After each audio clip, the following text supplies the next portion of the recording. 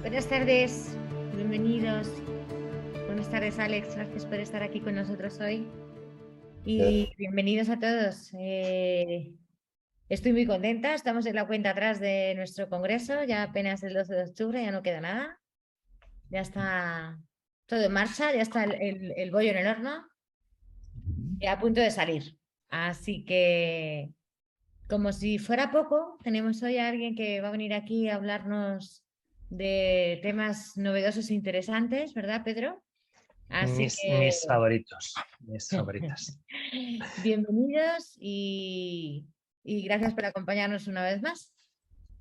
Y el que no tiene inscrito al Congreso y está tardando, que esto ya echa que vuela, ¿eh? Sí, estaba poniendo la web del Congreso en el chat, por si alguien quiere visitarla y Pues si interese un hubiera poco pagado. de qué va, ¿no?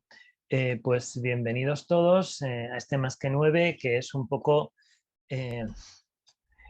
pues para mí, una de las cosas que más ilusión me hace, porque los que me conocéis sabéis que vengo del mundo del teatro, entonces esta relación entre el teatro y, y el eneagrama para mí es algo muy natural, aunque yo siempre he trabajado más en el sentido de cómo utilizar el eneagrama en la construcción de personajes, pero es obvio que también existe ese vínculo entre el teatro terapéutico y esa manera de ayudarnos a entender cosas de otra forma más experiencial y más difícil de autoengañarnos, que es cuando nos vemos haciendo lo que hacemos enfrente de un escenario, ¿no? Entonces, a Alex le conocemos, mi primer contacto con Alex fue a través del programa de las 9 puertas del Eneagrama, de nuestra hiperamiga y compañera y asociada Cristina Moreno. Y cuando luego me enteré que estaba participando en el programa de Gonzalo y de Gema, miembro de nuestra junta, pues dije, Gema, podemos tener un cachito de Alex, aunque no hagamos competencia a vuestra formación, que no os lo queremos quitar, ¿no? Pero podemos. Y entonces esto nos llevó a conocer a Alex, a conseguir su libro, que está aquí.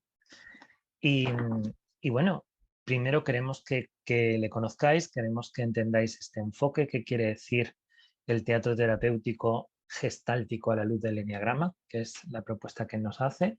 Y por supuesto, el que quiera experimentarlo en el mes de diciembre, 9, 10 y 11, va a tener la oportunidad con un taller que se llama La cárcel del ego. Fijaros, un bonito título. Es como para actuar el conde de Montecristo. Somos un conde de Montecristo encarcelados en nuestro ego y lo que queremos es ser Edmundo Dantes. Así es que, Alex, muchísimas gracias por estar aquí. Alex va a hacer una pequeña presentación y luego vamos a tener un diálogo del que, como siempre, todos podéis participar. ¿Ok? Así es que nos quedamos en tus manos, Alex. Muchas gracias. Muchas gracias, Pedro. Yo a Pedro tuve la oportunidad de conocerlo en mayo, ¿no? En mayo que estuvimos junto con Amanda.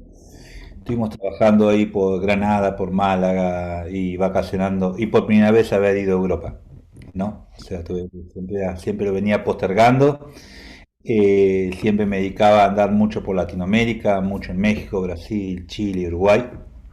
Y esto para mí fue una gran oportunidad y un feliz encuentro, ¿no? Un feliz encuentro que rápidamente pudimos combinar. El trabajo primero un poco de mí, hacia cómo llego. Yo primero fui o soy actor. El tema del teatro uno nunca sabe cuándo fue, cuándo es y cuándo va a dejar de serlo. Uno siempre dice nunca más y siempre viene un poquito más, ¿no? Se enoja con el teatro, lo abandona, odia a los directores, odia y después uno pasa a ser director y también es odiado.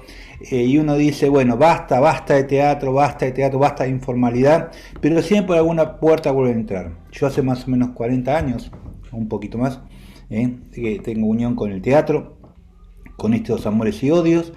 Después vino la psicología, después fui psicólogo y después vino el eneagrama, en ese orden, ¿no?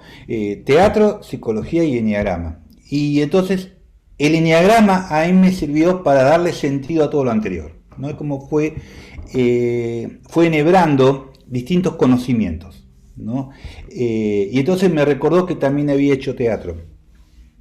Y entonces ¿el teatro qué es? El teatro es la observación, particularmente los primeros ejercicios de teatro, uno cuando empieza a hacer el mínimo taller de teatro, lo único que le enseña es, bueno, salir a observar, ¿no? Salir a observar a la gente. Y a mí la verdad que es algo que me interesa mucho, la observación, ¿no? Pero observar todo, hasta observar el comportamiento de los perros, ¿no? Cuando miro a mi perro, le pregunto, ¿qué estará pensando en este momento? ¿Qué estará queriendo hacer? ¿No? Entonces, cuando gracias a que conozco a Claudio, gracias a los SAT, gracias a que después me transformé en discípulo de Claudio, estuve trabajando cerca de él y después también alejándome de él, siempre es bueno acercarse y alejarse de los maestros, ¿no? Porque a veces contaminan también la excesiva proximidad, ¿no? Y más en todas las instituciones que tienen a lo patriarcal a veces, ¿no? Con respecto a los maestros. Entonces empecé a entender que el carácter es una preocupación a través del tiempo, ¿no? Pero mayormente el carácter es una preocupación acerca de quién soy yo y quién eres tú, ¿no? Acá el tú no lo usamos, pero allá lo usan bastante el tú, trato de combinar las diferentes maneras de hablar. Entonces, la pregunta es esa, ¿quién soy yo? ¿No? Y es el gran enigma. Y aparte es el gran enigma, ¿cómo hacer un acceso al enneagrama que no sea enteramente por lo cognitivo? A pesar que yo entré al enneagrama por lo cognitivo, pero dije, no, tenemos que ver de qué manera podemos entrar de trabajar con el enneagrama sin hablar del enneagrama.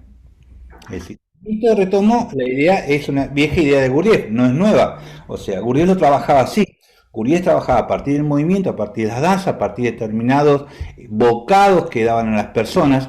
Y entonces, porque lo que primero aparece en el carácter es la defensa. Y el teatro lo que hace es trabajar, por un lado, cómo convertir ridículo a lo sublime para volver a ser sublime, ¿no? Es como bajar al infierno a las personas sin darse cuenta. Esta cosa es como de una manera muy coloquial. Ahora le voy a mostrar un video de cómo vamos trabajando, pero fundamentalmente trabajamos es que bajar un poco las defensas, porque lo primero que aparece con respecto al carácter es la defensa, que tiene su lógica. Pues justamente la lógica de la defensa tiene que ver, porque el componente del carácter justamente es qué soy y soy. Así uno arma el carácter. El carácter se arma entre identificación y alienación. Entonces, ¿qué soy, qué quiero ser y qué no quiero ser?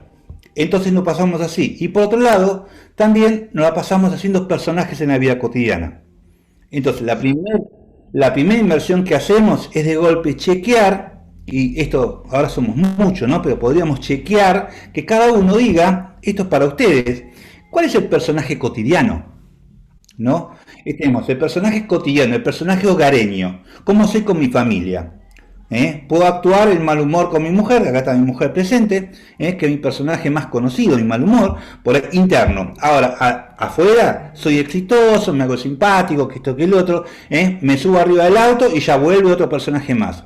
Entonces, es como si vamos con una valija, valija o maletín, como quieran llamarlo, repleto de máscaras. Y esto tiene que ver también con la persona, máscara persona y máscara carácter. Algunos egos tienen más relacionados a la máscara y otros egos más alejados a otro tipo de situaciones. Entonces, la primera versión es estar en contacto con qué tipo de persona actuamos.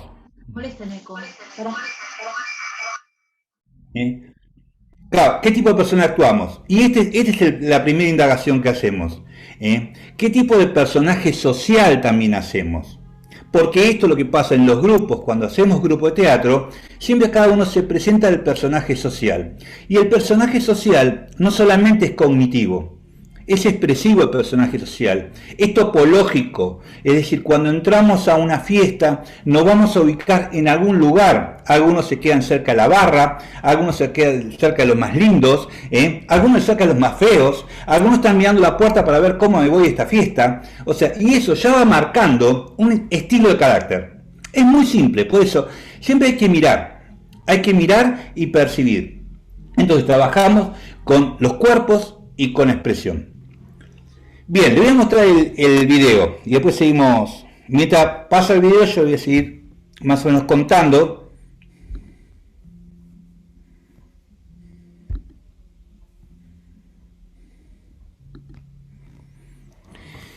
Bien, esto es un extracto de experiencias que realizamos en nuestro espacio, acá en Argentina. El trabajo de movimiento, primero tenemos que hablar que lo que trabajamos mucho con caldeamientos, ¿no? Con diferentes tipos de caldeamientos. Están caldeamientos ideativos, se llaman, caldeamientos ideativos. ¿Qué decimos? Es como cada uno habla de lo que se le ocurre al principio. Es decir, una ronda de palabras. Uno puede contar alguna cosa que le está pasando en la vida, así, pero en realidad lo que hacemos es que no creemos mucho lo que dicen las personas. Porque de golpe es necesario, primero partimos de una base, cuidado con el drama, decimos, cuidado con el drama personal. Nuestro trabajo se aleja de la novela personal, porque la novela personal nos impide justamente la autenticidad y la espontaneidad. Y muchas veces el drama genera más drama. En la medida que yo empiezo a contar, no, lo que pasa, fui un chico abandonado, mi papá es paraguayo, no me dio mucha bola, en mi casa no había los abrazos, y eso, cada vez que lo cuento se me reactualiza el drama personal. Entonces buscamos primero desagotar la charla y después lo que hacemos es a lo que llamamos el caldeamiento corporal. Es justamente un primer movimiento para ir aflojando determinadas estructuras. Siempre está el eneagrama detrás, ¿no? Siempre lo tenemos de fondo el eneagrama. Entonces, donde cada uno la primera impronta decimos que cada uno haga un monólogo. Y un monólogo de presentación. En este monólogo de presentación aparece, chorrea el carácter. Chorrea el carácter y uno no lo puede evitar, o sea, empieza a aparecer y es como ya con la risa empiezan a contar historias y después que lo único que decimos es que esta es la primera intervención teatral, es el monólogo. Uno cuando va a terapia hace una obra de teatro, quiere impactar al terapeuta, quiere lograr el amor del terapeuta. Entonces hacemos este monólogo donde cada uno, primero, es un monólogo al estilo también de un tipo de teatro, con un escenario circular. Están los escenarios italianos, acá nos trabajamos en escenario circular. En este escenario circular, en la medida que cada uno empieza a contar, hay algo que se empieza a desarrollar, que es el teatro interno. Al escuchar a alguien, me empiezo a escuchar a mí mismo, cómo yo lo voy haciendo. Otra cosa que es importante, que trabajamos en el espacio, es primero la conexión con el amor, ¿no? Claudio Naranjo dice que justamente la salud mental solamente se da si uno puede tener vivencia de amor. Es muy difícil. Entonces, también trabajamos, por un lado, con escuchar el corazón y con algo que es muy difícil en teatro de hacer, que es la presencia. Es desarrollar presencia. Para desarrollar presencia es poder estar en un escenario sin hacer demasiadas cosas, solamente la posibilidad de mirar y ser mirado. Junto con eso empezamos a estimular otros canales de comunicación, como es la senso-percepción. Hacemos trabajos que son muy intensos, muy profundos, que son coordinados en este caso por Amanda, que es mi mujer, que es danza terapeuta. Que trabajamos con comida, trabajamos con olores, trabajamos con gustos, donde empieza a desarrollar cómo es encontrarse con el otro por fuera de la vista, sin el prejuicio y el control de la mirada. Eso da una posibilidad de mirar para adentro para contactarse con el afuera. Y entonces ahí es cuando empieza a aparecer otro tipo de vínculo. Me empiezo a vincular con aquel que no me vinculo. Y empiezo a seguir desarrollándome. Esto es muy importante, por un lado para el teatro, y por un lado para empezar a desarmar determinadas estructuras fijas. Porque trabajamos en dos cosas, lo que se llama la Gestalt. La Gestalt hay Gestalt fija y Gestalt móvil. ¿Mm? Es decir, buscamos que justamente poder lo más rígido de nosotros mismos, que creemos que esta cosa del carácter, de cómo es mi carácter, de cómo me tengo que defender, empezar a aflojarse. La otra manera de trabajar es que trabajamos el movimiento desde el movimiento auténtico. Puede ser, dicho de manera simple, es como una meditación en movimiento. ¿Qué hace el movimiento auténtico? Se inhibe la música, es sin música y sin mirada, buscando la música interna, con el concepto de imaginación activa que viene de Jung. Se activa imágenes internamente y uno empieza a trabajar casi en un mundo onírico personal y también la posibilidad de ser creativo, porque hay dos impedimentos para ser creativo, que es la timidez. La timidez es de irrumpir sobre el otro o que el otro irrumpa sobre mí.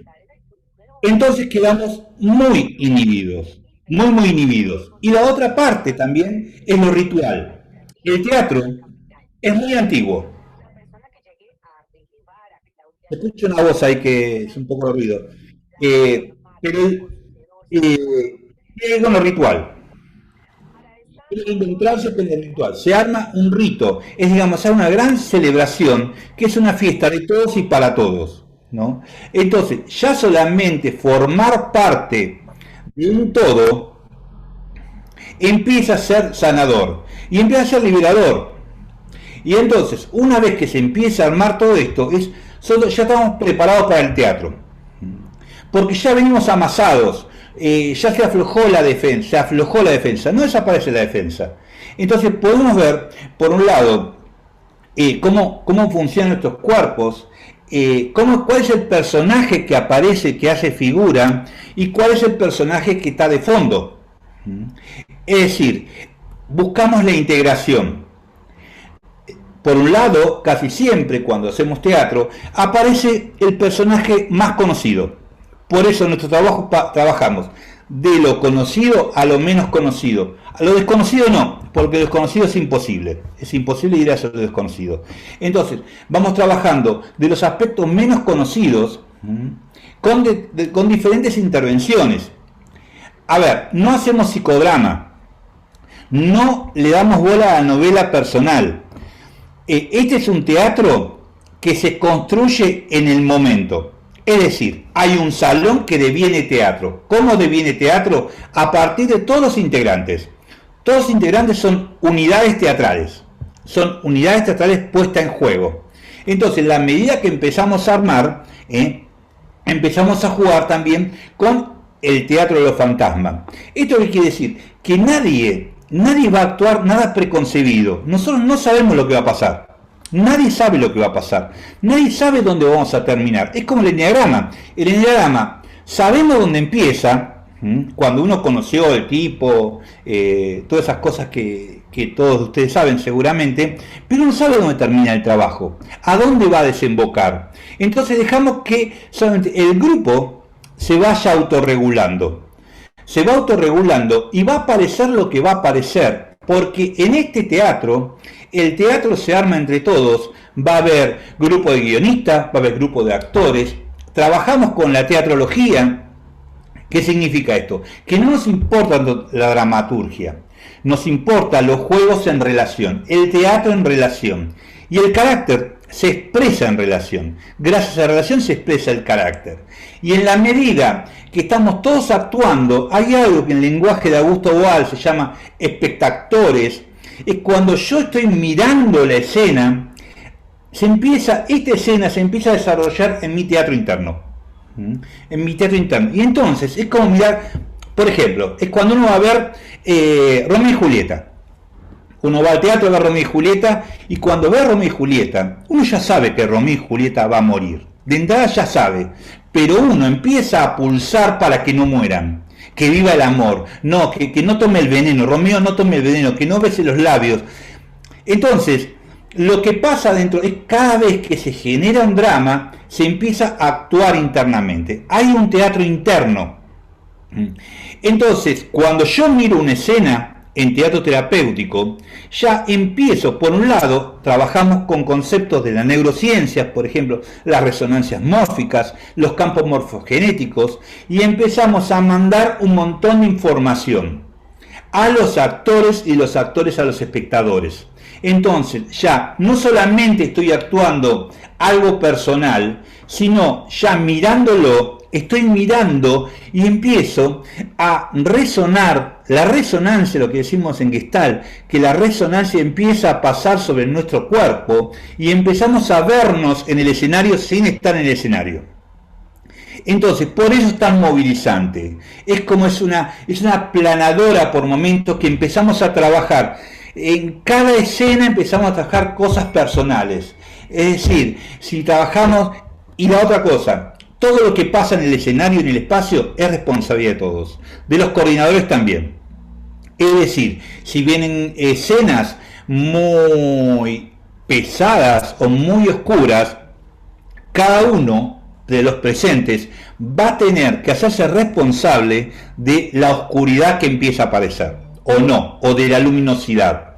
Porque muchas veces cuando se habla de proyecciones, siempre se habla de la proyección de lo negativo. Nunca se habla de la proyección de lo positivo. Es decir, cuando uno ve a alguien bello, también tiene belleza al ver. No solamente tiene que ver con el padecimiento. Bien, en este último tramo del video, lo que se hace, se trabaja con teatro de fantasmas. Como en nuestro trabajo hay guionistas y hay actores, y los guionistas... ¿Esperen que dejo compartir? Ahí está. Y los guionistas hicieron un guión para que actúen los actores. Entonces, este trabajo lo que hacemos es que tomamos algo del teatro japonés, del teatro no, que es el Hohakyu, que son 3 momentos del drama: un inicio, un nudo y un desenlace. En este inicio, nudo y desenlace, el teatro japonés trabaja con fantasmas. Entonces, los guionistas, que fueron los responsables del drama, van a entrar a escena a realizar lo que al actor le falta realizar. Entonces empieza a haber un contagio creativo entre los fantasmas y los actores. Es como poder conversar, como si yo me diera vuelta y acá atrás tengo un fantasma y me diera a preguntarle, che, ¿cómo voy? ¿Cómo voy actuando? ¿Voy bien o no? O por ahí empiezan a aparecer otra escena paralela, que se empiezan a pelear los fantasmas, el fantasma de uno con el fantasma de otro. Y entonces empieza a ser un movimiento, o a veces hacemos intervenciones que pasen todos los espectadores al teatro. Por ejemplo, ayer hicimos una determinada, estamos en el módulo 4 de una formación, y en un momento trabajamos sobre la plataforma de un velorio. Todo, digamos, yendo problemas que pasan en un velorio, ¿no? Discusiones, herencia y todo eso. Y en un momento estaban 2 hermanas peleando por el padre muerto, y entonces entran todos los presentes, hacemos entrar en un velorio multitudinario. Y entonces ahí pasan cosas que después las vamos a recoger en las resonancias. Bueno, esto es una rápida presentación. Entonces, yo supongo que las personas tímidas o las personas que no les gusta exponerse ya están horrorizadas. Ya están como yo. Ahí no me van a ver, ¿no? Entonces, necesitamos que nos digas, Alex, el producto final, el resultado, ¿no? ¿Qué se llevan estas personas a sus casas después de esto que para algunos de nosotros en realidad es un juego que se juega en serio, es un juego trascendente, pero es un juego, ¿no? Pero hay personas que tienen dificultad para separarse y ver esto como un juego. Entonces, a las personas que eso les parezca un esfuerzo, le tenemos que dar algo para atraerlas a este mundo, ¿no? ¿Cuál es el resultado de hacer todos estos ejercicios, todo este trabajo? Bien, es el mismo resultado que cuando hace un taller de enneagrama. Uno no entiende nada de lo que pasa en el primer momento, sale peor de lo que entró, pero sabe que a la larga le va a hacer bien. Esto es como un medicamento. Es así. Y esto tiene que ver con la entrega y con la confianza. Por un lado, esto que le estoy dando es como si dijeran, es espiar el teatro en bambalinas. Todo esto que ven, nadie lo ve en realidad. Todos entran a un bello espacio que huele bien, que hay rico café, buenas cosas para picar, le damos todo el tiempo de llegada al espacio. Es como, es bien como hace el teatro. El teatro es un engaño. Vamos a trabajar, el teatro es una mentira. Vamos a mentir con conciencia. Es decir, entonces vamos a hacer un acuerdo, vamos a mentir, esto es de mentira, no actuamos de verdad, vamos a jugar mucho, porque esto que estamos haciendo, que yo lo presenté completo, esto viene muy lento, o sea, al principio viene el encuentro, nosotros tenemos acá un espacio, terraza, en la primavera está el sol, o que sea calentito, hay comodidades, hay confortabilidad. Para trabajar hay que trabajar confortable, no se puede trabajar algo incómodo estando incómodo. Entonces, la primera parte es justamente que ir de menor a mayor. Empezamos justamente por el movimiento, empezamos de lo que se llama el lenguaje de Eugenio Barba, se llama ir de lo cotidiano a lo extra cotidiano. Trabajamos con una cosa, que no hay nada que se haga mal, no hay nada. Y es más, este es el lugar para equivocarse y para fallar. Entonces, en la medida de eso, porque también trabajamos con las artes plásticas.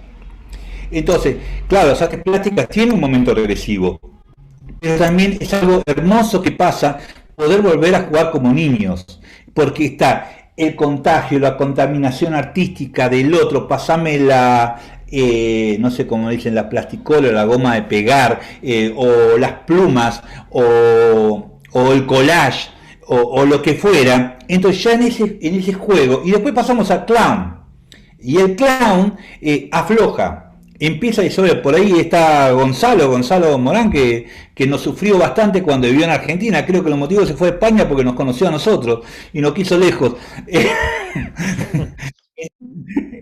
Entonces, empezamos a jugar. La idea es el juego. Y empezamos a jugar cuando, por ejemplo, hay un clown que hacemos, es decir, que es un campeonato de karate que no se pueden tocar corporalmente y que todos van a hablar en checheno. Entonces la primera pregunta que hace la gente, ¿cómo se habla en checheno? Y no sabemos cómo se habla en checheno. Entonces lo que hacemos, trabajamos con teoría del caos, buscamos situaciones en las cuales no se sepa cómo responder, porque eso da un instante de perplejidad y da un instante de la creatividad. Y respondiendo a lo que me decís, ¿cómo sale? Se sale explotado bien, o sea, explotado con una alegría que uno no puede dar cuenta. Uno no puede decir que me alegró lo que hice. No, me alegró todo, me alegró la fiesta, me reconfortó algo. Y lo que se trabaja, así como en el enneagrama, es una bomba en profundidad. Porque, ¿qué pasa? Cuando uno recibe el conocimiento del enneagrama, uno se da cuenta de lo horrible que es uno. Vamos a decir, el enneagrama hace mierda a la gente, ¿no? Es así. Uno cree que tiene una vida feliz y cuando la primera impronta es que uno siente esto soy y empieza a hacer preguntas, ¿y cuándo se cura? ¿Y cuándo termina esto? ¿Y puedo cambiar de ego? ¿Y puedo cambiar de esto? Bueno, esas son las preguntas que no llevan a ninguna respuesta. Pero esto es una bomba en profundidad que empieza a explotar adentro. Y uno se da cuenta que empieza a haber transformación. Entonces, y este es el pago, este es el premio, esta es la recompensa. Es que yo después empiezo a sentir que mi vida se modifica. Empiezo a ver que la vida teatral de mi personaje y mi realidad existencial se empiezan a nutrir. Y empiezo a integrar lo que tengo desintegrado. Y no ataco lo que soy, sino gracias a lo que soy está lo que puedo ser más. ¿Se entiende? Sí, sí, absolutamente. Y bueno, pues esa es un poco la gran ventaja de trabajar con el arte, ¿no? Que no trabaja con la racionalidad, sino con el subconsciente y se queda la semilla ahí. Pero también imagino que en los talleres hay aparte de esta semilla que se queda y va trabajando sola, habrá tomas de conciencia de cosas a veces, ¿no? Sí, sí, sí. Por eso, hay pagos inmediatos y hay pagos diferidos. Sería así, en términos económicos. ¿Mm? Hay recompensas inmediatas. Es como esta cosa, como lo que llaman los mexicanos, me cayó el 20, o el ajá, o el insight del psicoanálisis, o como quieran llamarlo, de diferentes cosas. Es como te explota la realidad de tu vida en tu cara. Es como entendés. ¿Entendés? Es como si dijera, por eso, nosotros trabajamos sobre la metáfora. Bien, todo es metafórico en el arte que nosotros proponemos.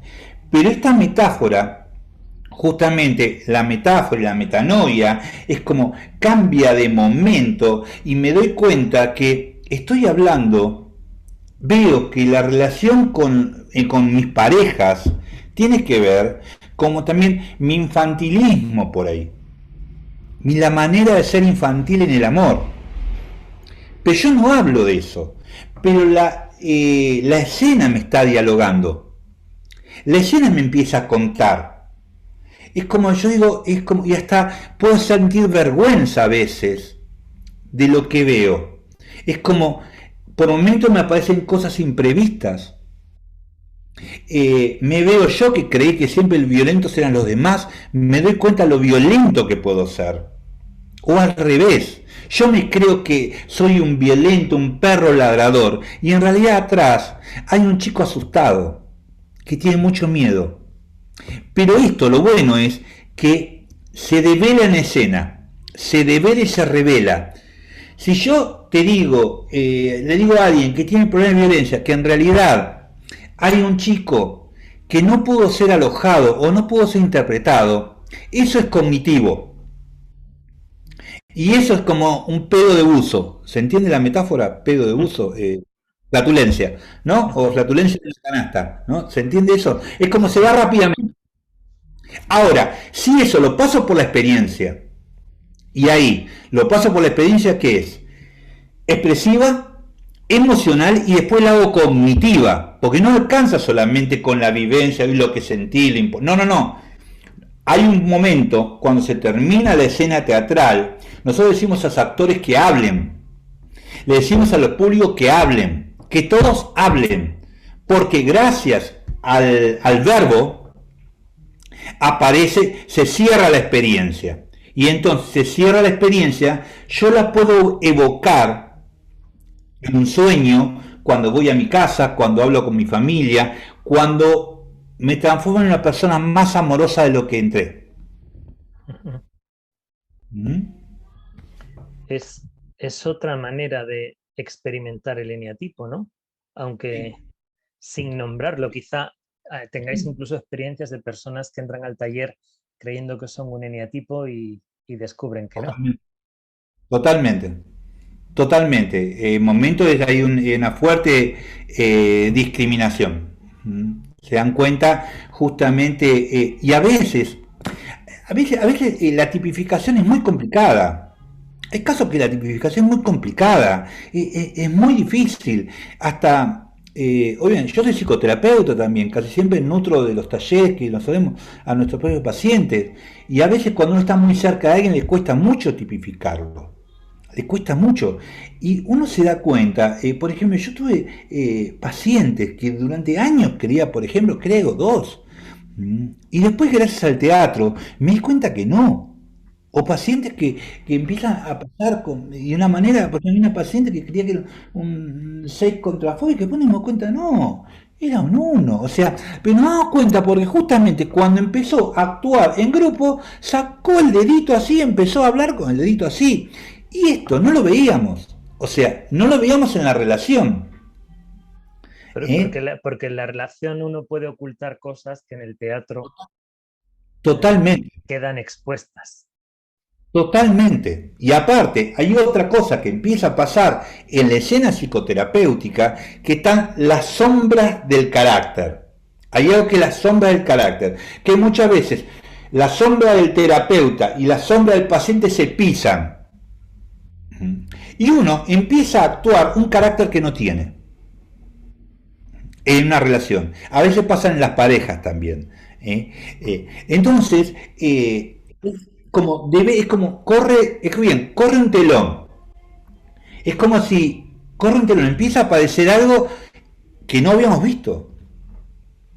Y que la persona ni sabe que lo tenía. No, para mí en el trabajo de actor normal, Sí, lo más maravilloso que te puede ocurrir es que te lleven a una zona tuya que no conoces, sí, ¿no? sí, Pero que no vives como algo ajeno, sino que sale de algún sitio que es tuyo, ¿no? Entonces, sí.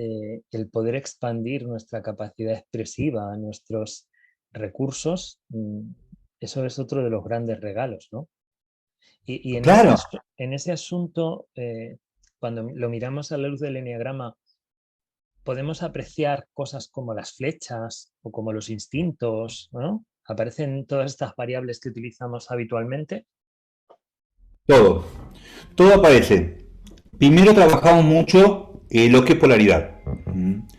Eh, Hay un actor japonés que laboraba con Peter Brook que se llama Yoshi Oida, que tiene unos libros muy interesantes. Él y muchos dicen que justamente para hacer un personaje en teatro tenés que empezar por el contrario.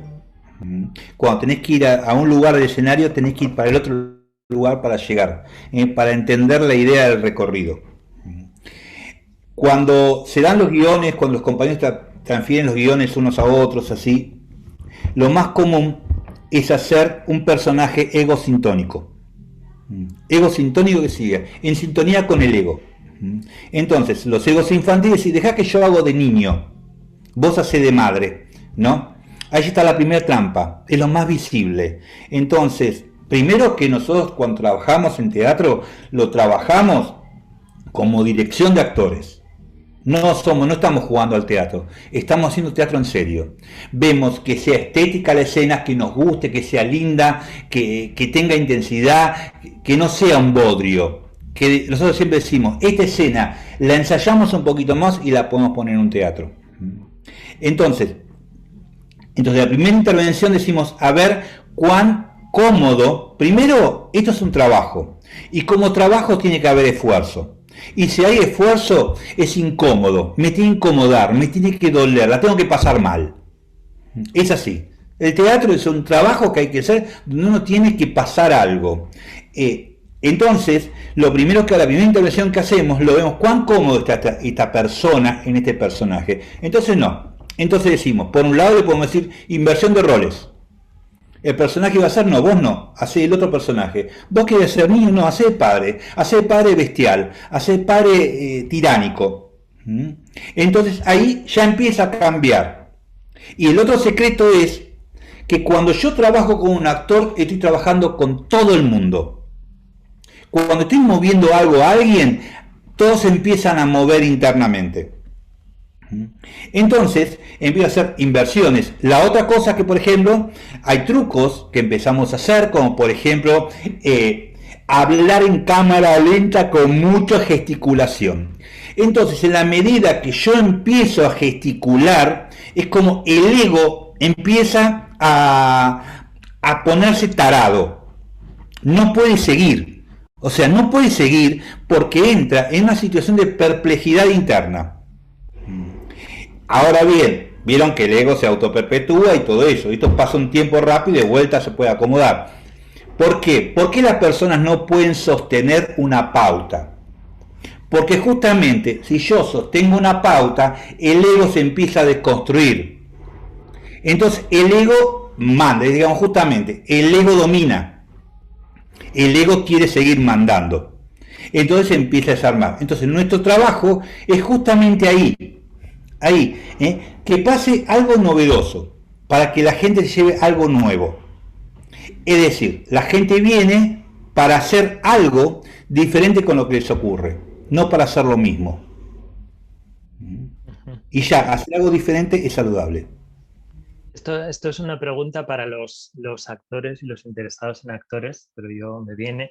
Te escucho hablar de Peter Brook, en el libro hablas de Grotowski, hablas de Artaud. ¿Qué pasa con Stanislavski?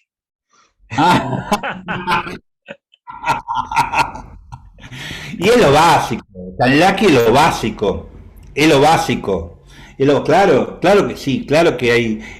Lo que pasa es que ya entra, o sea, cuando trabajamos, cuando hablamos de observación, cuando hablamos de una memoria emotiva, cuando hablamos de que algo irrumpe y justamente, como decía, el retorno a lo reprimido de Freud viene a la mesa, cuando decimos que hagan, por ejemplo, yo prácticamente inhibo que haya sillas en un escenario. ¿Por qué? Porque la gente se pone a conversar y cagamos, ahí es un embole. Cuando la gente se pone a charlar sobre los problemas es un desastre. Entonces, prefiero, entonces, esto que digo, cuando empezamos a hacer acciones en el teatro, estamos trabajando en Stanislavski. Cuando decimos, bueno, ahora bueno, actúa que estás con diarrea imprevista o que tenés ganas de orinar, pero no vas a orinar. Entonces ya empiezo a aparecer una acción ahí, el trabajo de las acciones físicas. Entonces nutrimos de todo lo que pueda hacer. Desde el teatro italiano, desde la máscara, no actúe, no busque la emoción interna, no, trabaja de la máscara. Sos clown, bueno, empezás con el clown, después lo vas a dejar de hacer. Todo lo integramos. Trabajamos con teatro físico, bueno, trabajamos con teatro físico. Trabajamos con la violencia, bueno, hay que enseñar a las personas a trabajar con la violencia para no lastimarse. Y también cuidamos el espacio, que no haya elementos cortantes, que no haya, no. Pues justamente que nos digan, no nos respetamos, una taza de vidrio no va a pasar nada, no, una taza de vidrio se rompe y se lastima uno. Entonces, usamos todo lo que sabemos del teatro. Imagino entonces que tienes como un saco inmenso con no sé cuántas herramientas, ¿no? ¿Podríamos decir que hay herramientas mejores para los 8 y para los 4 y para los 7? ¿O no tiene nada que ver? ¿O depende del momento?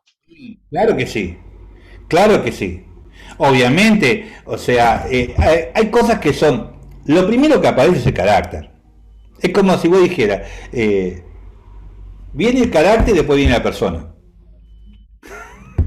Es como así. Llega primero el carácter. Entonces, ¿qué voy a decir? Digamos, los grandes éxitos. A los 7 les gusta hablar. Y le gusta hablar, y le gusta hablar, y le puede contar historias, fantasías y todo eso. Obviamente que hay que trabajar, por ejemplo, personaje de pobreza e indigencia. Una cosa de justamente la mudez y que nadie lo perciba. O sea, hay que ir en contra del narcisismo. O sea, a un ego 4 justamente que haga el show dramático y trágico. No, hay que poblarla de recursos, hay que justamente trabajar todo el tema de una imagen también. Al ego 2, todo lo que tengo que, bueno, a ver una cosa más, menos expresiva.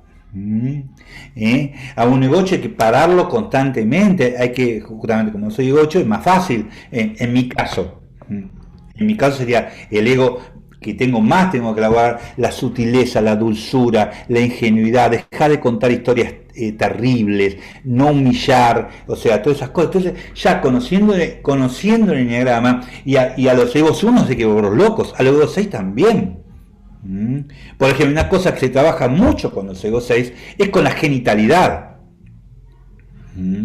Es como actuar tocándose las pelotas, por ejemplo, a un hombre, ¿no? Constantemente darse cuenta que tiene huevos, no que cede los huevos al otro.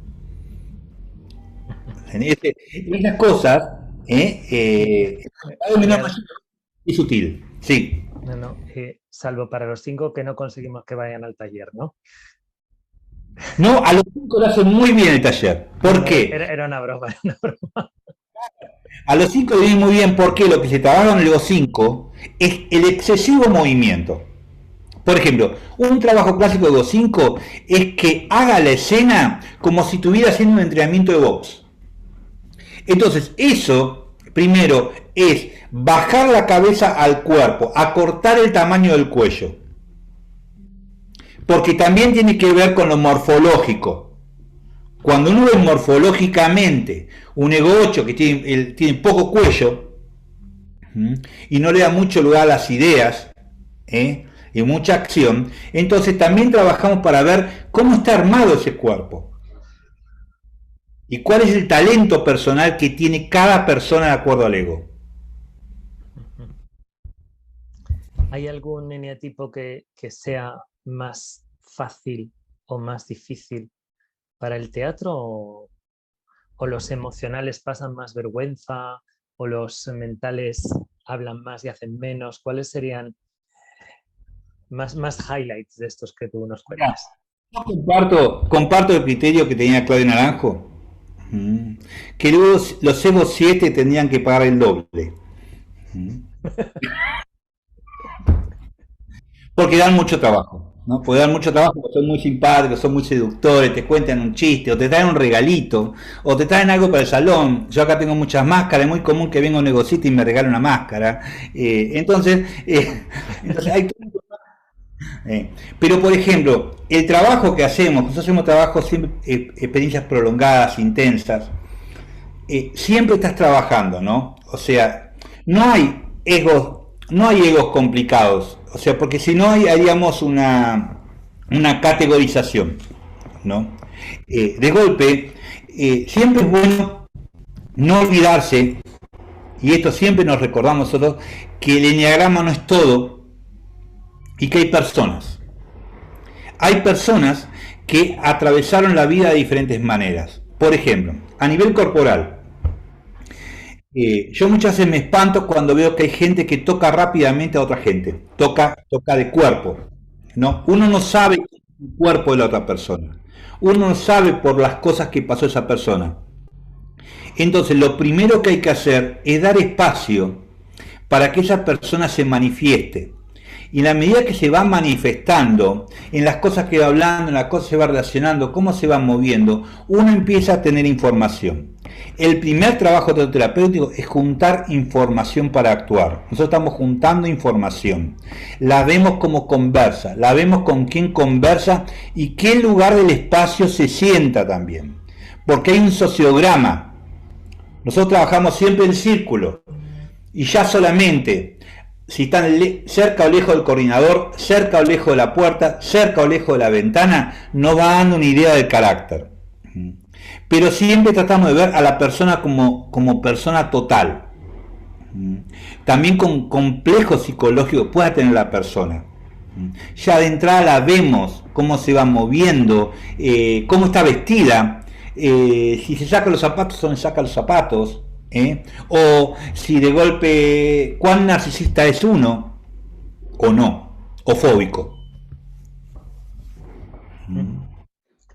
Y cuando al taller van, porque esto te puede pasar en el taller que vamos a hacer con la asociación, cuando al taller vamos los profesores de enneagrama, somos más complicados.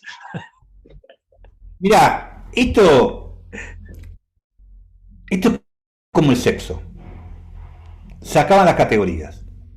Cuando hay intimidad, se acaban las categorías. Se acabó.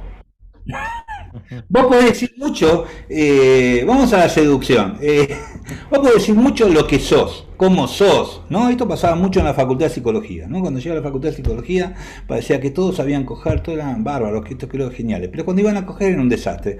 Entonces, esto es lo mismo.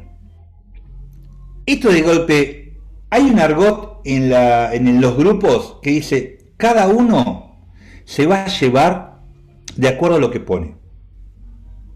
Porque si vos tardás mucho tiempo, te la perdés. Es como si te vas midiendo mucho, de no mojarme mucho, mojarme un poquito, mirar todo, criticar, juzgar, y te estás perdiendo. Vas a pagar para perder. No tiene sentido. No tiene sentido. Es justamente lo que vos tenés que... Hay una frase que me gusta mucho de Jodorowsky que dice, el que da se da y el que no da se quita. Es así. Y existe el contrario, la persona que asiste al taller y se tira de cabeza pasando incluso por encima de sus defensas muchas veces? Bueno, tuvimos experiencias psicóticas y a eso estás hablando. Primero hay una cosa que la estructura es una estructura que nos cuida.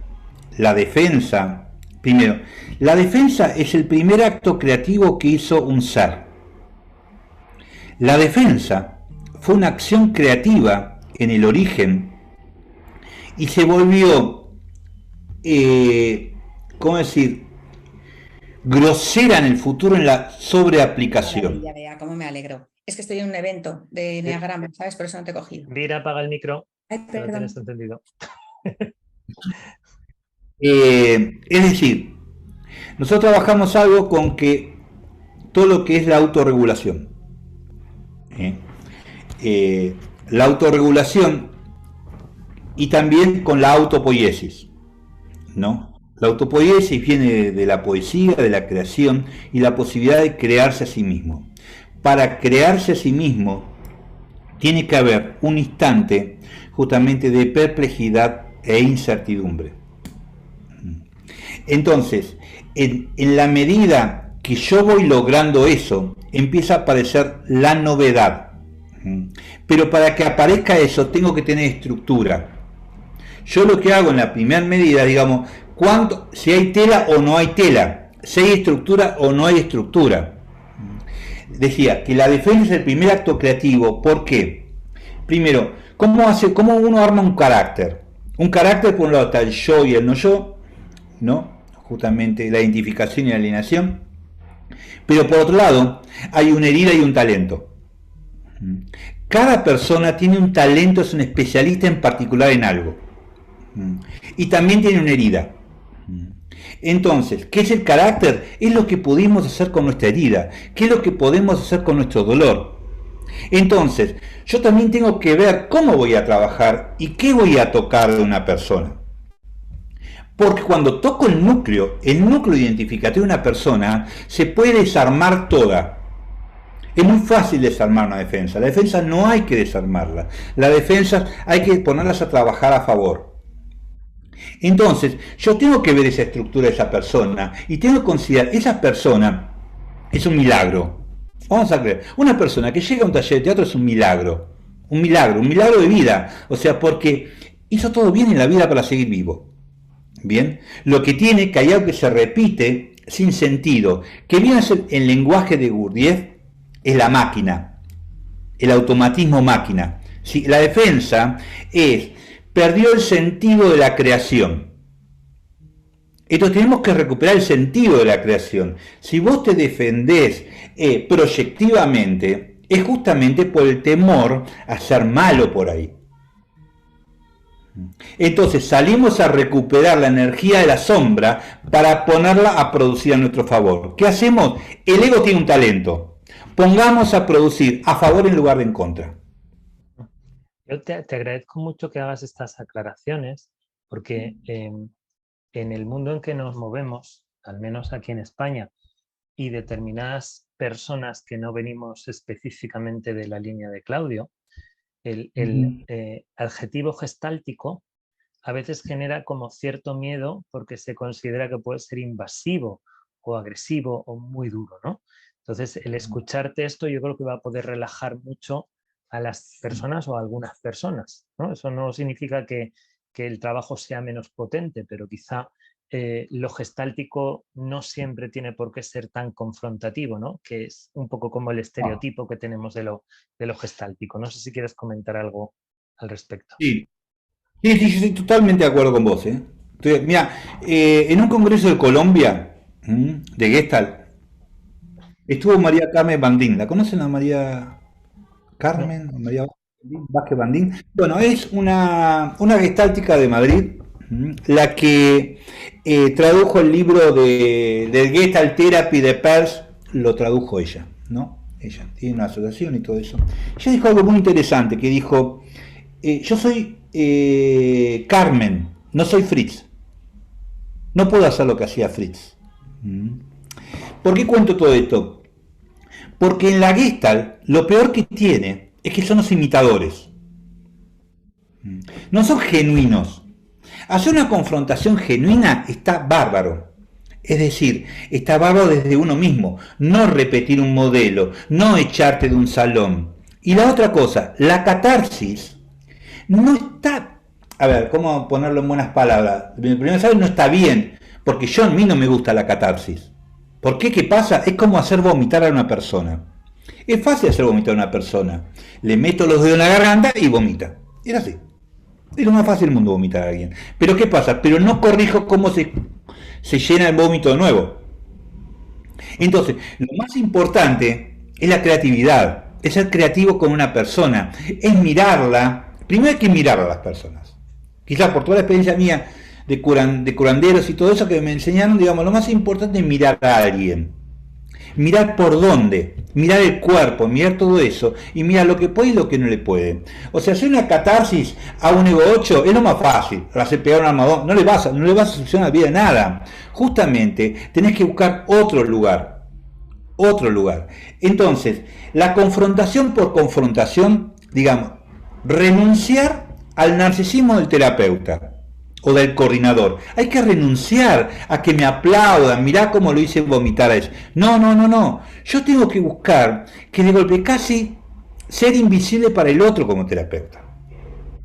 Y casi ni me recuerde. Me hace gracia que digas eso porque también eso llevado al mundo de los directores de teatro, ¿no? Sí. Como los directores de teatro que quieren dejar claro al espectador su sello por encima del trabajo de los actores, ¿no? Hay directores que son así, directores que no, que están tan al servicio de la historia del actor que prácticamente parece que no hay dirección porque todo es tan fluido y tan natural que no se subrayó nada, ¿no? Entonces es muy interesante lo que estás contando. Claro, avergonzar o humillar a alguien nunca es terapéutico. No es terapéutico eso. Es terapéutico. ¿Sabes qué es terapéutico? Es frustrar las expectativas. Eso es terapéutico. ¿Qué quiere decir frustrar las expectativas? Mucha gente me viene a buscar como para que le pegue un sopapo. Porque soy ego 8 y voy a ser bruto y voy a ser brusco y no voy a ser sutil. Entonces está esperando todo el tiempo el sopapo. Y yo no se lo doy. Entonces eso es curativo. Porque no hay predicción de lo que va a venir. Y es un vínculo que se construye con novedad. Has mencionado la palabra curandero y en el vídeo has mencionado los rituales y en el libro mencionas la cosmovisión andina y eres de donde eres, ¿no? Entonces, todo esto, ¿cómo aparece en tu trabajo? Mirá, nosotros hacemos en los grupos también, a medida que avanzan, hacemos rituales. No convidamos plantas sagradas ni nada de eso, es verdad. Pero sí hacemos todo el tema que hay algo que yo lo tomo del trabajo con las plantas, que es el sellado de los espacios para trabajar. El círculo lo tomamos mucho también de Gurdjieff. Si ustedes ven la película Encuentros con hombres notables, hay una parte donde habla del círculo, que dice: el círculo es el que te defiende de la locura. Cuando salís del círculo te volvés loco, ¿no? Dan esa experiencia en un pequeño detalle de la película. Entonces trabajamos en círculo porque el círculo protege y cada unidad, y también tiene con la totalidad, bueno, tiene muchas cosas simbólicas el círculo. Pero antes que eso, nosotros trabajamos mucho el espacio, lo sahumamos en determinados lugares y entonces eso nos da la posibilidad del sellado. Y también en algunas oportunidades trabajamos a un tipo de ceremonias, por ejemplo, creemos en el valor curativo de todo el mundo, que todo el mundo somos unidad de salud, no hay nadie que tiene más salud que otra, todos tenemos unidades saludables. Entonces hay un trabajo que se llama el maraqueado, que es un trabajo que empieza y no sabe cuándo termina, no tiene tiempo de fin. Entonces también en círculo se pone una manta en el piso y se rodea de velas y todo el mundo Todo el mundo va a pasar a acostarse en el medio y mientras todo el grupo va a estar haciendo sonido. Y empieza a aparecer la vibración, el principio de la vibración, que no solamente chamanismo, esto ya lo dice el Kabbalah, lo dicen, bueno, el principio de vibración ya no es nada, no es nada nuevo. Entonces, todos van a pasar, van a ser curadores y curados. Y es un trabajo que puede durar 3 horas, pero todos saben que son responsables del tiempo que se van a quedar acostados ahí en el medio recibiendo. Y en otro momento van a dar. Es decir, Yo, por ejemplo, que hay una, si no te entiendo mal, hay una preparación energética del espacio que facilita el trabajo, ¿no? sí, Que es muy interesante porque esto es algo que es muy mágico, sería la palabra, ¿no? Desde el mejor sentido de la magia, y que a mí me parece que los grandes maestros son personas que irradian, ¿no? Pero a lo mejor sí, los que no somos grandes maestros y no irradiamos, pues podemos preparar el espacio para que esté irradiado, claro. ¿no? Como alternativa. Y convocamos también a entidades, deidades que están dando vuelta por ahí, cada uno trae. O sea, trabajamos con toda esa energía que viene, que uno no sabe lo que hay ahí. Entonces, y aparte por otro lado, en lo personal, también voy a trabajar con mis cosas y yo me tomo siempre una semana por año, me voy a Perú a hacer los trabajos míos para poder trabajar con otros. Si no, no puedo. Si no, no puedo. Si no, me muero. Es así. Sí. Si Mucha no, gente. si no te descargas de lo que te cargas, Claro, claro. Tomo planta, vomito, hago todo lo que tengo que hacer y después vengo más limpio. Después tengo mis problemas con mi mujer, pero bueno, es otra cosa. bueno, tenemos que generar material, ¿no? Si no generamos material en la vida, luego cómo vamos a compartir nada con nadie ni a entender lo que nos están contando. No sé si hay algo que quieras decir como conclusión antes de abrir el coloquio o que las personas te pregunten, porque yo he intentado que se comprenda el trabajo que tú propones, que se vean los elementos, que se vea la profundidad y incluso esta última dimensión espiritual de la que normalmente hablamos poco, pero que es tan importante, ¿no? Y, y yo es que me muero de ganas de que llegue diciembre, pero bueno, antes de eso, ¿quieres decir algo o algo que No, haya quedado en el tintero, algo que sea interesante resaltar? nada, es solamente la entrega.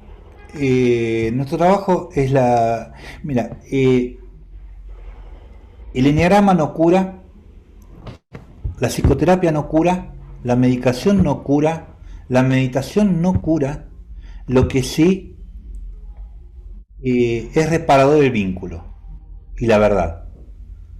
¿Eh? En la medida que sos verdadero en una relación, un vínculo honesto, una entrega de ese momento, es de golpe, es eso, nada más para mí. Con eso ya estoy contento. Bueno, pues entonces se abre, se abre el coloquio, se abre el debate o el interrogatorio, cada uno que lo viva como quiera. Os pedimos que quien quiera participar le dé al simbolito de levantar la mano, entonces aparece el primero en la lista de participantes y se abre el micro y empezamos a jugar. Sergio Antonio Gutiérrez, ponnos la cam si no te importa, para que también te veamos y cuéntanos. Y, bueno, Bueno, muchas cuéntale a gracias. Alex. Yo ya paso a segundo plano. Bueno, Alex, muchas gracias por Te la escuchamos muy exposición. bajito, Sergio. ¿Ahora sí me escuchan? ¿Bien? Un poquito mejor, sí. Escucho. Bueno, muchas gracias por la intervención. Es simplemente una pregunta. En alguna ocasión leí que cuando se hacen estas prácticas de teatro, ustedes están muy atentos, por ejemplo, a la forma de respirar del emocional Sí. o la forma en que se asientan en el espacio del visceral, ¿sí? Sí. Eh, ¿qué, qué, ¿qué se puede decir de la experiencia que usted ha tenido para poder orientar su proceso terapéutico con relación a esos procesos de identificación instintivos? Gracias. Sí, mira, primero hay que entender, para trabajar con el enneagrama, eh, es muy importante trabajarlo de la manera del triángulo, ¿sí? Del triángulo respiratorio y del triángulo morfológico, digamos, de la morfología corporal que quieras trabajar, de Sheldon, de Kepner, de cualquiera. Pero en el lado de la respiración, primero está claro que hay una respiración clavicular, personas que respiran desde la clavícula, ¿no? Esas son respiraciones cortitas, que son más respiraciones de los esquizoides, ¿no? Entonces vos ya te das cuenta, primero, no solamente por la respiración, sino por el tipo de lenguaje que usan. Si es el cuento de palabras y todo eso.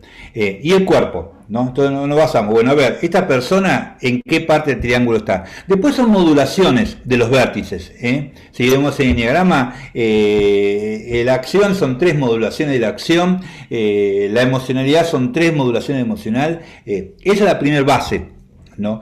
Pero siempre vemos eso, cómo respira esta persona. No solamente cómo respira, cómo camina esta persona. Cómo mueve los brazos también. Hay gente que es muy gesticular con las manos. Entonces vamos a ir tomando, es como si dijera, hay un anotador interno que vamos a estar tomando registro. Y obviamente, si una persona tiene una respiración clavicular, le vamos a proponer que en el personaje haga una respiración abdominal. Que lleve, que infle la panza, le va a costar mucho, pero eso, en la medida que cambie la respiración, cambia todo lo interno, cambia la manera de pensar. No puedo pensar tanto, lo saco del pensamiento y lo llevo a otro tipo de inteligencia. Bien, porque hay que entender que son 3 tipos de inteligencia, también con la respiración. ¿Se entendió? Perfectamente. No sé. ¿Bien? ¿Bien? ¿Sergio se ¿Está bien, entendió? Sergio? Pues José María. Sí, cómo no, gracias. Muchas gracias. Bueno, Alex, muchísimas gracias. Realmente interesantísimo todo lo que compartiste. Yo me quedó muy claro el vínculo entre usar el teatro, que comparto todas las razones que diste para que sea un vehículo fantástico. Y también me quedó claro el trabajo de cada uno sobre su eneatipo.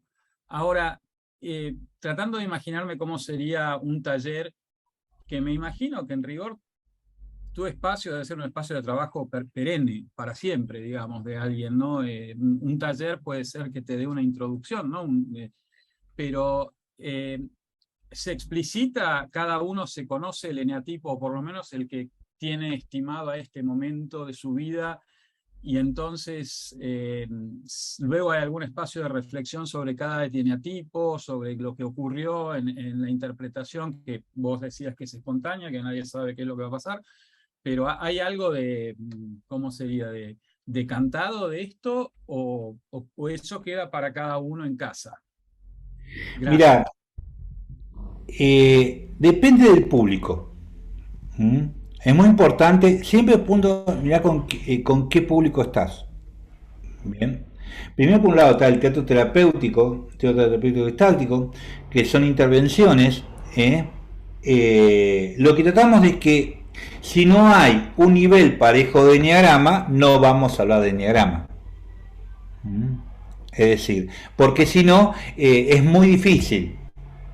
Y si no, de golpe cada uno hablan de números y después, ¿y qué número es este? ¿Qué número es este? Entonces hay toda una cosa de que cuesta, se frena más que se avanza.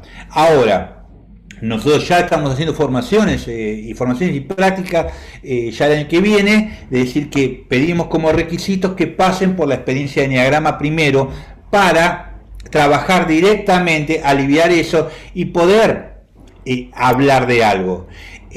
Me las ingenio para hablar del enneagrama sin hablar del tipo. O sea, tomo determinadas cosas de escritores o de la psicopatología o de las diferentes maneras para que sin hablar del tipo estoy hablando del tipo. ¿Se entiende eso? Se entiende. Alex, entonces, si te entiendo bien, hoy, por ejemplo, no es necesaria conocer Eneagrama, pero estás pensando en algo para aquellos que estamos formados en el Eneagrama y lo trabajamos día a día, para que ese espacio pueda tener siempre ese lenguaje común del Eneagrama. Sí, es correcto. Es correcto. Me demanda mucho trabajo a mí la nivelación en la tarea. Tengo que cambiar la manera de hablar, tengo que decir, cuando alguien habla, bueno, porque yo soy yo, esto me pasa por ser Godós o algo de eso, y yo tengo que empezar a hablar del histrionismo, o tengo que empezar a encontrar sinónimos, para que nadie se quede afuera, porque lo que queremos es la inclusión, no la exclusión. ¿Bien? Muchas gracias. Bien. Gracias, José María. ¿Alguien más tiene preguntas, dudas, inquietudes que pueda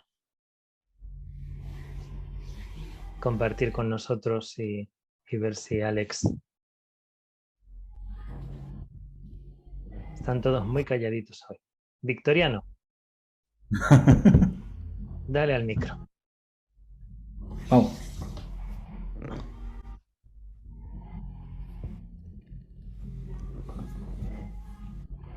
Victoriano, no sé si estás hablando o no, porque tienes la cámara un poco baja, pero no le has dado al micro, ¿eh?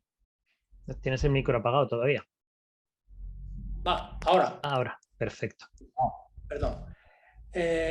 Me ha gustado mucho que los valores de los que has hablado o las palabras con que has nombrado elementos importantes del ser humano, las centraras en el ser humano, no en valores y palabras absolutas, sino en la experiencia humana. Eso es lo primero. Lo segundo, si puedes, explica un poquito, porque ha habido una cosa para mí preciosa de esa expresión teatral tan humana, que es usar la sombra y el ego como energía que la percibimos como una enemiga que viene a bloquearnos o a oscurecernos o a confundirnos, y de pronto usar ahí la energía de esa sombra o de esa negatividad, entre comillas, y de esos mecanismos de defensa o de esas ignorancias o egos. ¿Podrías explicarnos un poquito para motivarnos, para descubrir lo que vale en nosotros la sombra y lo negativo que vemos? Porque a veces parece que estoy en la sombra, estoy confuso, estoy desconcertado, mi ego me domina, y eso lo vemos como algo frustrante, y no, para mí es una energía mal usada. Entonces, ¿cómo haces en el teatro la expresión teatral para utilizar esa energía? ¿Qué haces? Bien. Primero, para hablar un poquito de la sombra, habitualmente cuando llevamos algo a la sombra, es decir, cuando algo puede ser por alguna experiencia dolorosa, por una experiencia frustrante, lo mandamos todo a la sombra. Pero cuando mandamos a la sombra, mandamos todo. Es decir, también potencia. Hay mucha potencia en la oscuridad. A mí particularmente, quizás por mi carácter, por mis experiencias y todo eso, la oscuridad es un lugar donde me puedo mover muy bien y donde no me asusto de visitarla y puedo acompañar. Pero para acompañar a la sombra hay que estar con pies muy sólidos. Es decir, yo puedo ir al aljibe de los espartanos, pero tengo que estar con un pie bien puesto en el borde, si no me puedo ir con el otro. Entonces, cuando viene alguien que tiene un prejuicio con algún tema, es decir, por ejemplo, es muy común que digan, no, porque mi padre fue muy violento conmigo y yo trato de evitar ser violento. Digo, no lo evitemos, seamos violentos. Entonces, poder proporcionar un personaje, y entonces no pasa por ser violento, pasa por sentir la energía esa que me estoy perdiendo. Entonces, si yo tomo la energía de la violencia, sin ser violento, capturo lo que se siente ahí en todo mi cuerpo, y eso, cambio la dirección solamente, y la aplico al amor. Toda esa fuerza, toda esa energía dispuestas para el amor, es cambiar la valencia nada más. Es cambiar la valencia. Si yo tengo eso y me registro, ¿qué estoy sintiendo en este momento? Bueno, ¿cómo sería esto que estoy sintiendo aplicarlo en lo que sea, en la búsqueda de un trabajo, en cambiar la profesión, en cualquier tema existencial que tenga cualquiera? Entonces, es ir acompañado a ese lugar y volver enriquecido. Este es el trabajo. El trabajo es esto, es, por ir a la violencia no soy violento. Puedo serlo, pero elijo que no. ¿Se entiende? Totalmente, gracias. Muy bien. Bien. ¿Quién más?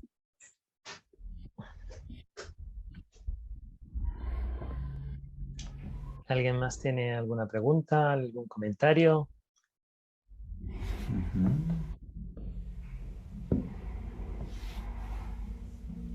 Que esto no es todavía salir a escena, ¿eh? Esto es solo una preguntita.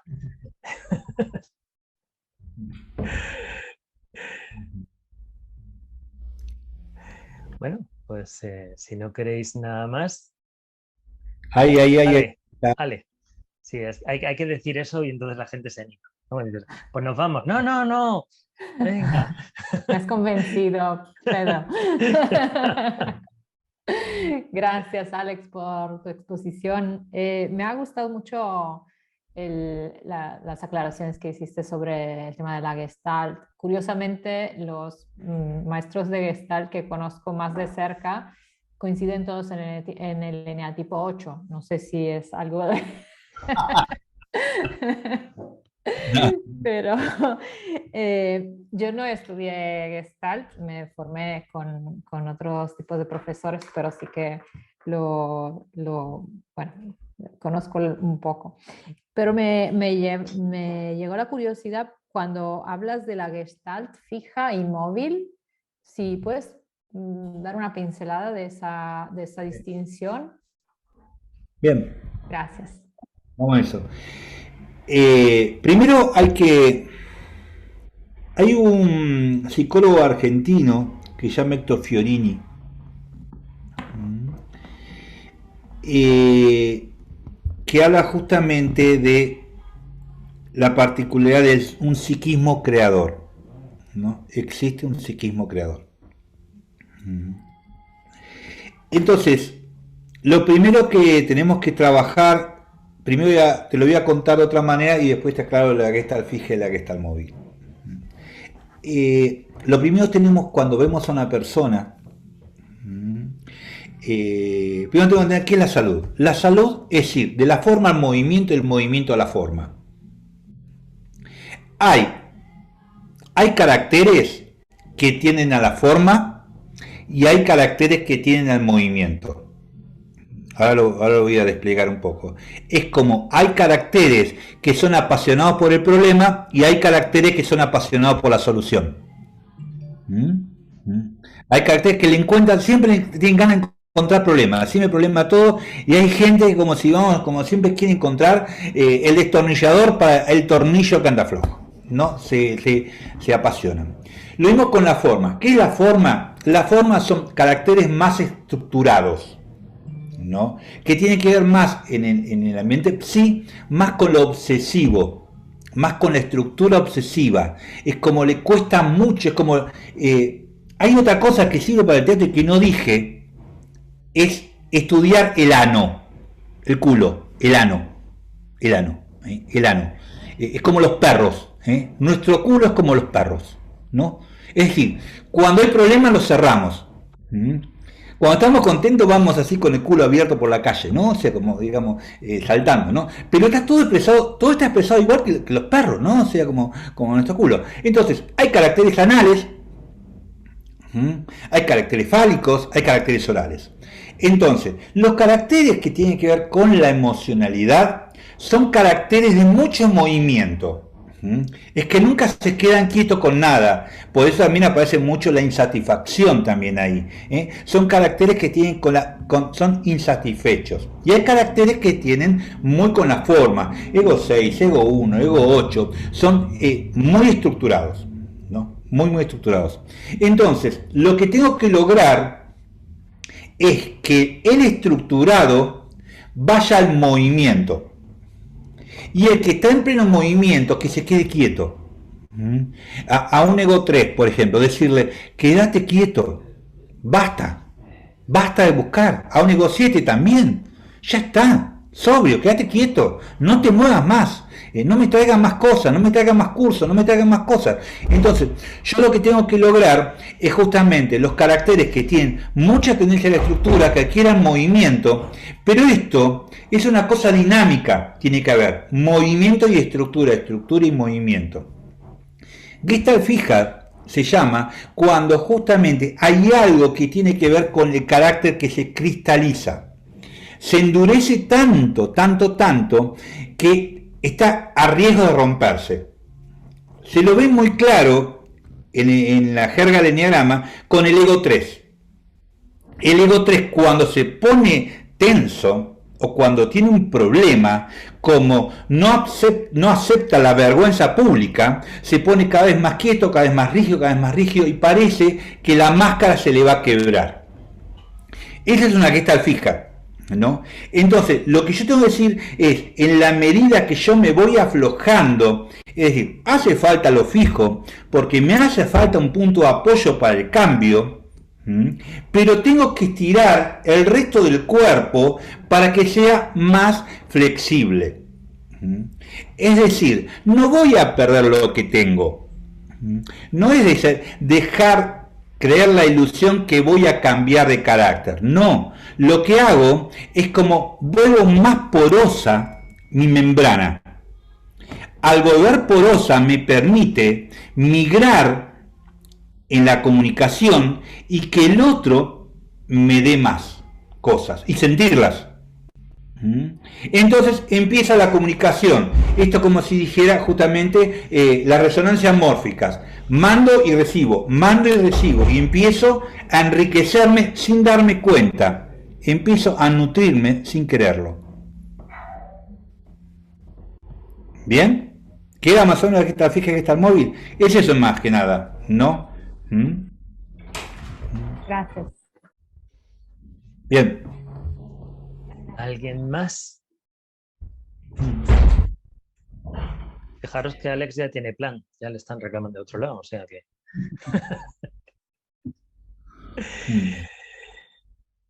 Bueno, pues si no hay más preguntas, muchísimas gracias, Alex, por esta exposición, por este compartir tu trabajo y tu punto de vista, del que siempre es muy difícil hablar, porque en realidad tú cómo le preguntarías a Picasso cómo has hecho las meninas. ¿A que todos habéis picado? Picasso no pintó las meninas. Pequeño truco. Entonces, ¿cómo explica un artista cómo se hace el arte? No lo sabemos, ¿no? Pero hemos tenido este acercamiento, este intento de poner en palabras algo que no tiene palabras, pero que todos nosotros vamos a tener la oportunidad de experimentar. Todos tenemos la oportunidad, todos no sé si vamos a caber, porque tenemos un espacio limitado, porque vamos a trabajar solo un determinado número de horas, que son muchas. Eso va a ser un taller muy intenso. Viernes 9 de diciembre por la tarde, sábado 10 de diciembre hasta tarde y hasta un poquito menos tarde el domingo 11. Como todos los que sois nuevos habéis rellenado el formulario de inscripción y todos los que no sois nuevos tenemos vuestra dirección, vais a recibir información concreta y detallada sobre el taller. Ya conocéis a Alex, colgaremos el vídeo en YouTube también para que más gente pueda conocerlo.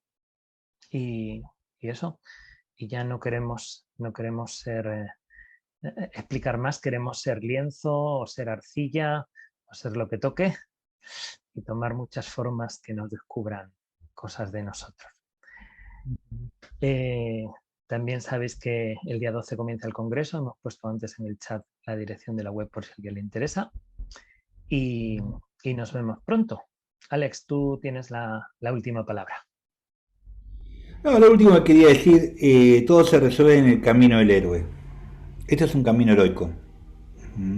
Que hay que aceptar el desafío. Hay que tener necesidad de concurrir para algo. Y enfrentarse, seguramente encontrar mentores para volver enriquecido. Este es el camino del héroe, el elixir. Y el camino del héroe es circular y nunca termina. Una vez que empieza, no termina. Pues muchas gracias. Tienes muchos mensajitos de agradecimiento, de reconocimiento y de halagos en el chat. Gracias. Gracias a todos. Nos vemos el mes que 9 en el siguiente Más que 9, los que no vengáis al Congreso.